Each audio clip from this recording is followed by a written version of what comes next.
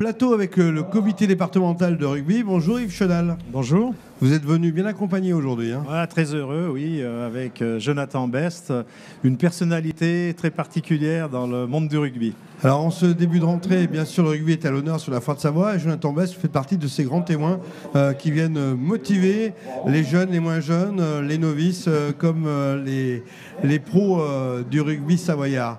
Alors déjà, vos impressions sur notre rugby en Savoie, vous qui avez côtoyé l'équipe de Montmélian à une époque? Moi, j'ai suivi évidemment l'évolution des clubs. Je suis un voisin parce que j'ai joué pendant très longtemps à Grenoble. Donc évidemment, même si c'est pas le même département, c'est très proche. Moi, je suis retourné un peu en rugby amateur là, du côté de ma région d'origine, du côté de Romans, mais le rugby se pratique de la même façon, de partout. Aujourd'hui, on voit un petit peu les difficultés à recruter des enfants malgré les gros objectifs qui attendent le rugby français avec la Coupe du Monde.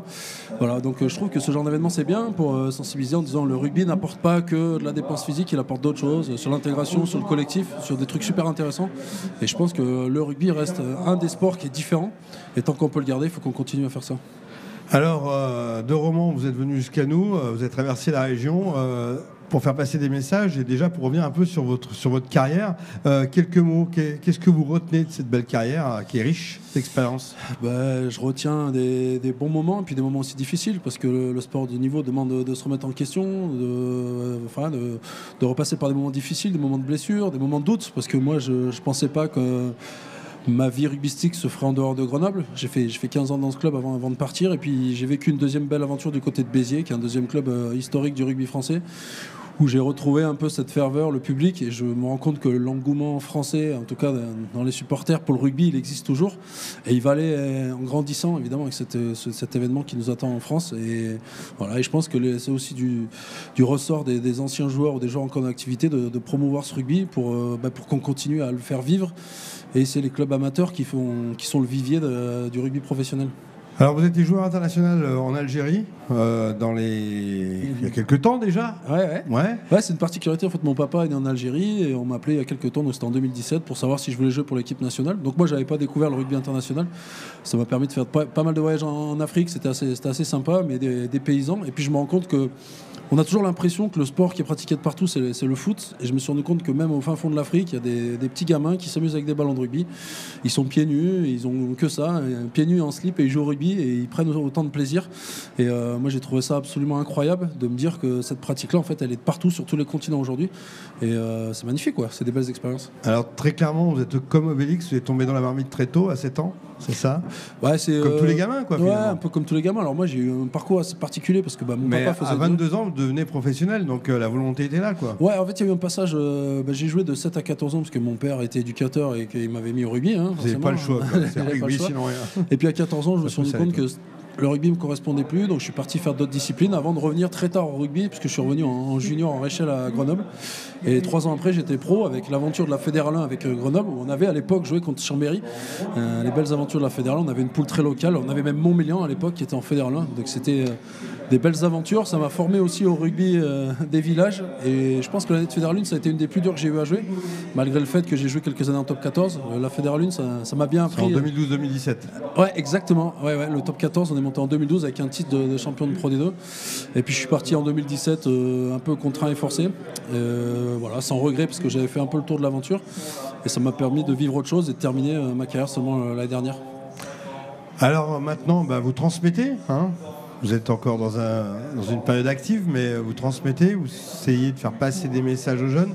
On l'a dit dans différentes émissions, la manière de travailler le rugby a largement changé. La dynamique n'est plus la même, etc. Qu'est-ce que vous pourriez conseiller aux jeunes qui commencent dans le rugby et puis ceux qui veulent persévérer? Ça, c'est des projets sur lesquels on était avec Yves. On a beaucoup bossé sur plein de choses. À l'époque, j'étais avec lui au comité d'éthique du comité des Alpes, où on faisait un peu la chasse au mauvais comportement, parce que c'est vrai que notre sport, on avait la sensation qu'il était en train de changer. Donc on essayait un peu de remettre les choses à l'heure. Pour moi, aujourd'hui, la chose qui me dérange un peu le plus dans le rugby pro et de haut niveau, c'est la capacité qu'ont les jeunes à abandonner leurs études, et la difficulté qu'ils ont à suivre leur double projet. Alors ils sont soit pas très bien accompagnés, soit c'est une solution de facilité pour eux. Moi j'ai fait le choix de continuer toujours mes études en parallèle de ma carrière. C'était dur forcément, mais aujourd'hui je regrette pas d'avoir validé mon bac plus 5 qui me permet de faire plein d'autres choses. Et aujourd'hui avec les carrières qui commencent beaucoup plus tôt, j'ai peur qu'on se retrouve avec une génération qui saura pas trop quoi faire quand elle arrêtera le rugby. Et contrairement à ce qu'on nous dit en tant qu'ancien sportif, c'est facile de s'intégrer dans le monde de l'entreprise. Moi, je suis en plein dedans, en pleine reconversion, et j'avoue que c'est pas le chemin idéal que j'avais imaginé. C'est pas si simple. Voilà, c'est pas si simple parce que tous les gens qui nous disaient à une époque si tu as besoin de moi, n'hésite pas, passe-moi un coup de fil. Ces gens-là aujourd'hui, ils décrochent plus au téléphone, donc il faut préparer son après-carrière tout seul et puis avancer avec les projets qu'on a envie de faire, surtout parce que la première vie a été hyper passionnante. Moi, j'ai hâte que la deuxième soit aussi passionnante et que je puisse avoir tout un tas de projets pour avancer. Un tour d'horizon sur le rugby dans la région, puisque vous le suivez bien, entre Romans, Grenoble et puis notre Savoie. Non, mais après, c'est des terres de rugby. On sait très bien que Grenoble a récupéré pas mal de Savoyards dans son histoire. Ça fait partie des liens qu'il pouvait y avoir. Steve Montmepes, qui est capitaine. Par exemple, pour ne citer que lui, effectivement. Alors, ce qui est particulier, c'est qu'il a un parcours. Il est parti du côté de Vannes avant de se rendre compte qu'on avait des bons joueurs dans le coin et qu'il fallait peut-être les garder localement. Mais oui, évidemment, tout ce genre d'aventure. On a Jérôme Ray aussi, le Montmélianais, qui se retrouve du côté de Lyon. Notre agriculteur. Ouais, ça fait partie. Voilà, et typiquement, c'est ce genre de garçons, je pense, qui peuvent servir d'exemple parce qu'ils ont à la fois une tête bien faite et une tête bien pleine. Et je pense que c'est aujourd'hui ce qui manque dans la transmission. C'est, on a beaucoup de références aussi au foot. Je suis pas sûr que ce soit les meilleurs exemples qui puissent. Et je pense que le rugby peut permettre. C'est pas la même philosophie. Ouais, mais le rugby doit permettre justement de se différencier de ça et qu'on ait quelques têtes d'affiche qui nous servent à ça. Aujourd'hui, la vraie star du rugby, c'est Antoine Dupont. Et je trouve qu'il s'exprime pas suffisamment sur tout un tas de choses. Et pourtant, je pense que sa parole porterait beaucoup plus que la mienne, évidemment.